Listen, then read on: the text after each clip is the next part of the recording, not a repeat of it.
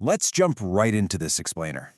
Today, we're unpacking a phenomenon that literally reshaped an entire continent, all while the rest of the world was kind of looking the other way. We're talking about the largest invisible, peacetime migration in modern European history.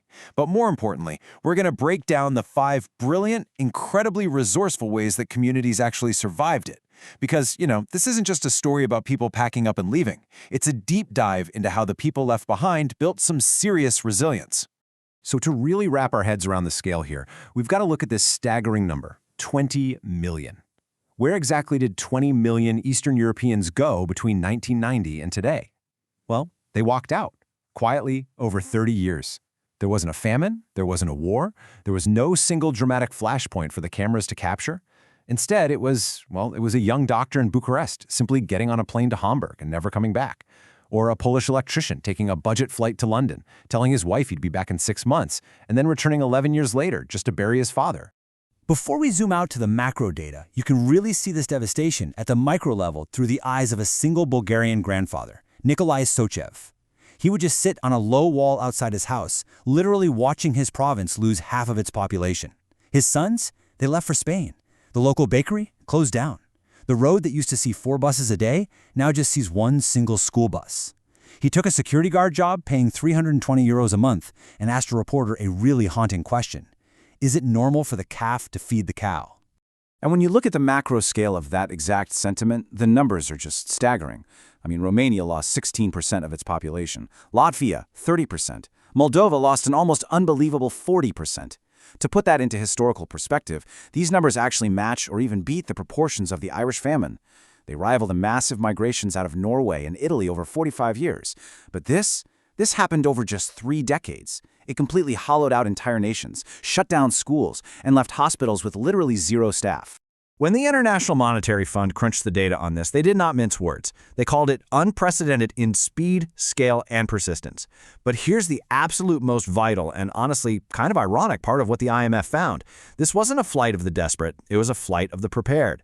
We're talking about doctors, engineers, nurses. 3/4 of them were of working age. Their home countries had spent a massive amount of taxpayer money to train them, up to 300,000 euros for a single medical degree. And that incredible investment was practically gifted across the border. Basically, poorer nations were subsidizing the healthcare systems of the wealthiest nations in Europe. And the human cost of this massive transfer of skilled labor? It's deeply sobering. Take a look at the strawberry children in Romania, a term named after the strawberry farms in Spain where their mothers went to work. Or the Euro orphans in Moldova. Hundreds of thousands of kids were left behind, functionally raised by a tired generation of 70-year-old grandparents. So while an Italian grandmother in Milan got a highly trained, dedicated care worker to cook her meals, the Eastern European systems lost their mothers. So, how exactly did these communities survive? Well, that brings us to factor 1, remittances. Remittances were the absolute immediate lifeline for these communities to survive such a massive demographic shock. In places like Moldova, remittances actually peaked at an astonishing 34.5% of the national income. It acted like this built-in diaspora insurance policy. Picture a brother working overtime in Munich just so his sister could keep her apartment in Poland, or a daughter cleaning houses in Dortmund so her mother could afford insulin. It wasn't glamorous for sure, but having a family earner in a different, stronger currency zone was the ultimate hedge against a local economic collapse. It literally paid the heating bills and kept the lights on. Then we have factor 2, circular migration. Now, this strategy is wildly effective, but it's fundamentally different from a permanent exit. Let's contrast them for a second. With traditional remittances, you're exporting the worker entirely, right? The family is separated, often for years, and the home country completely loses the human life cycle of that worker. Their taxes, their daily economic activity, their eventual retirement. But circular migration, that is simply exporting the labor hours. A tradesman gets on a coach to London, works 80 hours, and comes home with British pounds.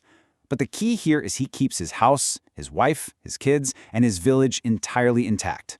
He lives in a low-cost economy, but earns in a high-value currency. He's shielding his family without abandoning his community. Let's look at factors 3, 4, and 5, staying, language, and assets. These final 3 factors kind of weave together to form this ultimate defensive shield, allowing communities to hold their ground and build real long-term resilience. First up, simply staying, but crucially, maintaining a social fabric thick enough to actually welcome returning capital. Think about it. A town that kept its church or market square ready to absorb the money being sent home fared infinitely better than a village that just completely emptied out. Second is language. This turned out to be the cheapest portable asset in history. A Romanian nurse who learned fluent Italian suddenly earned 1.5 times more than one who didn't.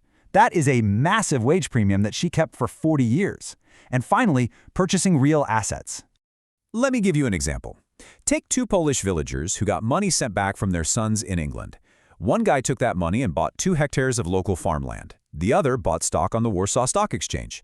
Well, when the 2008 financial crisis hit, that paper wealth on the stock exchange evaporated by half. But the land held its value perfectly intact through currency wobbles, banking scares, you name it. Concrete, local assets became the ultimate safe haven, because at the end of the day, a hectare of farmland does not care which government is in office or what the global markets are up to. Which leads us to the home truth. Is this happening to you? Now you might be sitting there wondering, okay, but is this silent hollowing out just restricted to post-communist Eastern Europe? The scary truth is, it's already creeping deep into the West. Whether it's the Great Plains and Appalachia in the United States or the rural interior of Spain, which, by the way, has lost 1 in 3 young workers since 2008, the mechanism is completely identical. I mean, the Italian government is practically giving away houses for €1 in Calabria because the villages are completely empty. Young, prepared workers leave the places that raised them, and the towns that paid for their schools, roads, and libraries slowly collapse, simply because the workers paying the taxes are entirely somewhere else. So, let's talk about the true meaning of wealth. All of this brings us to a really profound historical realization about what real wealth actually is. It's not a stock certificate or some digits on a banking screen. As the ancient philosopher Xenophon noted over 2 millennia ago, in literally the world's very first book on economics, wealth is the ability to make things produce. Land is wealth to a person who can actually farm it, and a skilled worker is wealth to the country that can keep her. True wealth is a nurse who chooses to stay. It's a son coming home. It's a village that still has buses running. Eastern Europe didn't collapse because of what it lacked. It collapsed because it couldn't hold on to the capable people it had built. So I'll leave you with this final thought about the invisible migrations happening right now, maybe even in your own hometown. Think about the investments your local schools and taxes are making. What is your community building? And when those capable, skilled people are finally ready to enter the workforce, where does that value eventually settle? Do they stay and build a community, or are they packing a bag and quietly walking out? It's something we all need to be paying very, very close attention to.